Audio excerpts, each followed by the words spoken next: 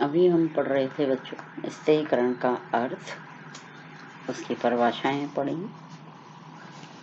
उसके क्या क्या आधार हैं उसके विषय में डाला और उसकी हमें आवश्यकता क्यों है, इन बिंदुओं पर हमने अध्ययन किया।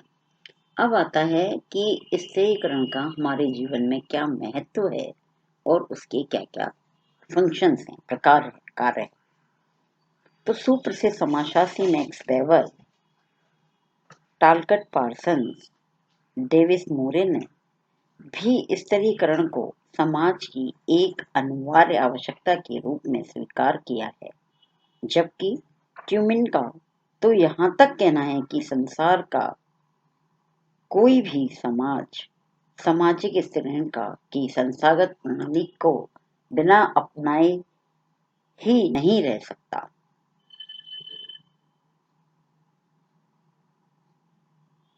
यानी कि जो स्त्रीकरण है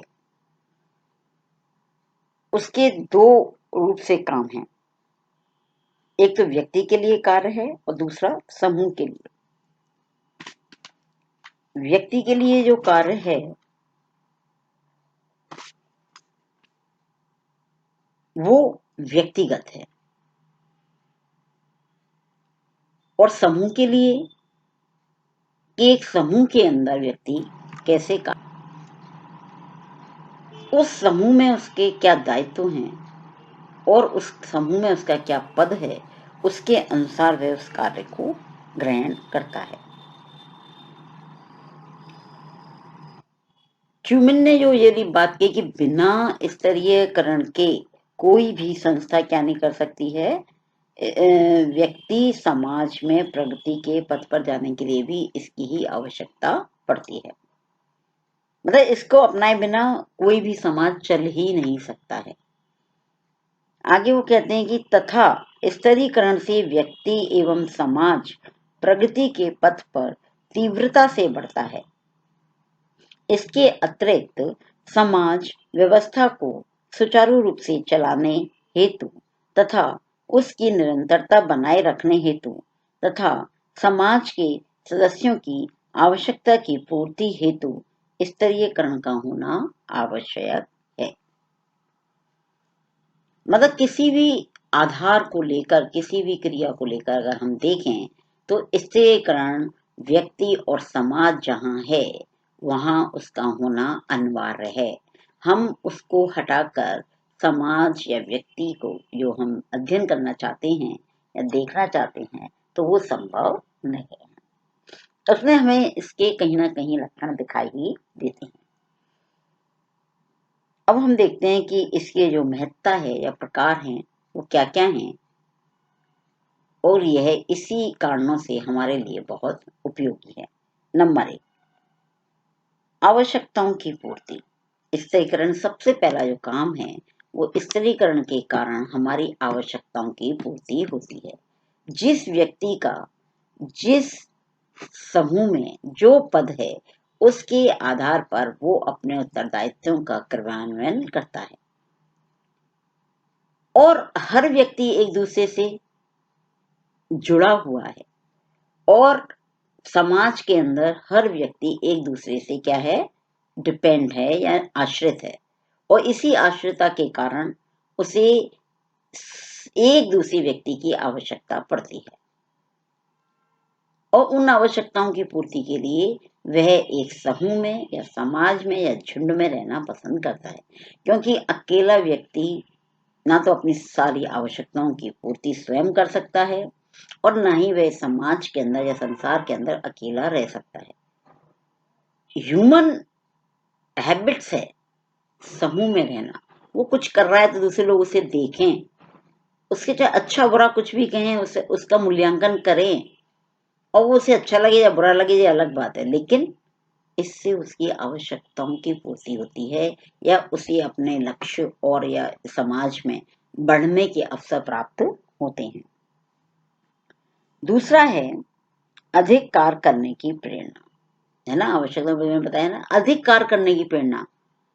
स्तरीयकरण कर होने से समाज में अलग अलग प्रकार के पद विभक्त होने से व्यक्ति के अंदर क्या होती है, अधिक से अधिक कार्य करने की प्रेरणा मिलती है। जैसे एक चपरासी है, अपने क्लर्क को देखता है तो उसे लगता है कि मैं इसके बराबर अपने पास योग्यता हासिल कर लूं तो मैं इस पद पे आ सकता हूँ। और जब उसके पास ऐसा टारगेट ही नहीं होगा तो वो काम करने की उसके अंदर प्रेरणा नहीं आएगी, तो वो ऐसे प्रेरित होता है और उस कार्य को करता है। इस तरह से एक क्लर्क अपने से ऊपर वाले व्यक्ति को देखता है तो उसके अनुसार कार्य करने की प्रेरणा करता है। यही प्रवृत्ति हर व्यक्ति के अंदर होती है जो अपने पद से उच्च पद वाले की तरफ जब देखता है।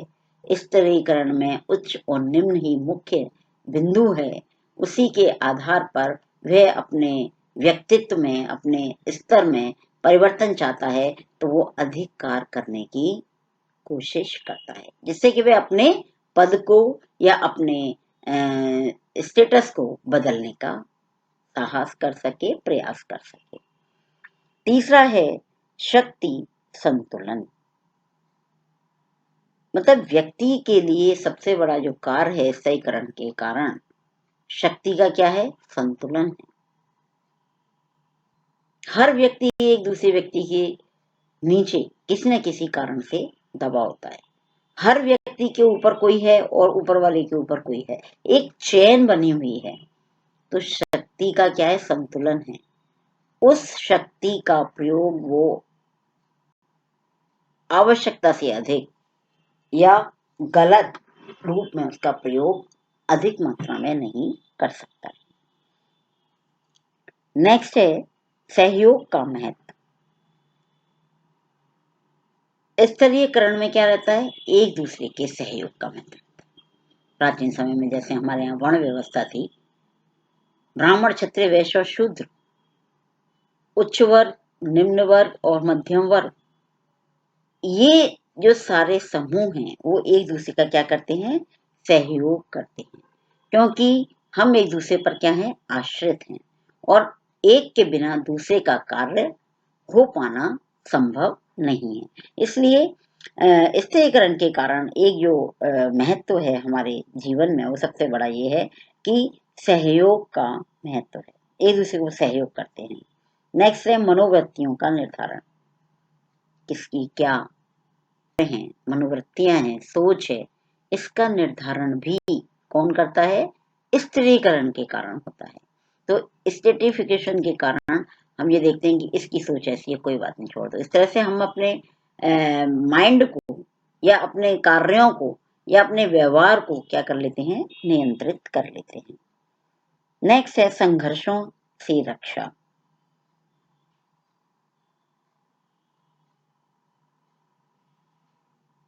ये जो कार्य थे अपने, वो एक व्यक्ति विशेष के रूप में थे और एक व्यक्ति के अंदर व्यक्ति के लिए कार्य थे, जिसके आधार पर हम एक व्यक्ति के अंदर डेवलपमेंट करते हैं, विकास करते हैं या उसे आगे बढ़ने की प्रेरणा करते हैं। लेकिन इसी प्रकार से स्तरीकरण के समूह के अंदर भी कुछ कार्य होते हैं या उसकी महत्ता होती है। तो समूह के लिए, सामाजिक समूह के नियम लिखते हैं, संघर्षों से रक्षा। संघर्षों से क्या करता है, रक्षा करता है। आपस में एक दूसरे में स्तरीकरण, आपस में एक दूसरे से संघर्ष ना हो, लड़ाई झगड़े ना हो, इससे वो नियंत्रण रखता है, रक्षा करता है। क्योंकि सबके अपने अपने पद हैं, अपने पद के अनुसार काम करना है, उसी के अनुसार से समाज में स्टेटस प्राप्त होता है। तो यहाँ पर संघर्ष से बचाव हो जाता है, हम एक दूसरे से संघर्ष नहीं करते हैं, क्योंकि हमें अपना स्थान, अपना व्यवहार, अपना ओहदा पता होता है। दूसरा है श्रम विभाजन। समूह के अंदर काम करने वाले प्रत्येक व्यक्ति के पद के अनुसार श्रम का विभाजन होता है। प्रत्येक व्यक्ति समूह का अपना दायित्व निर्वाह करता है, उसका एक स्थान होता है, उसका स्थान के अनुसार उसका महत्व होता है और श्रम समूह के सभी व्यक्तियों में सामान्य रूप से बढ़ जाता है। जो जिस योग्य होता है उस योग्य उसको कार्य सौंपा जाता है। नेक्स्ट है सामाजिक एकीकरण। सामाजिक एकीकरण एकता के सूत्र में बांधने का प्रयास करता है।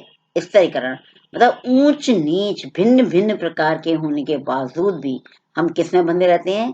एकता के सूत्र में। उसका मुख्य कारण है कि हम एक दूसरे पर क्या हैं? आश्रित हैं। इसलिए नेक्स्ट है सामाजिक एकीकरण। संबंधों में दृढ़ता। स्थिरीकरण के कारण संबंधों में क्या आती है? दृढ़ता आती है, जिससे कि व्यक्ति अपने संबंधों को अच्छे बनाते हुए लंबे समय तक उसको बनाए रखे। नेक्स्ट है सामाजिक प्रगति। जब हमारे संबंध दृढ़ होते हैं तो समाज की क्या होती है? प्रगति होती है। नेक्स्ट सामाजिक मूल्यों के पालन करने की प्रेरणा। जो हमारी वैल्यूज हैं, तो स्तरीकरण के द्वारा एक महत्व या कार्य ये भी है स्तरीकरण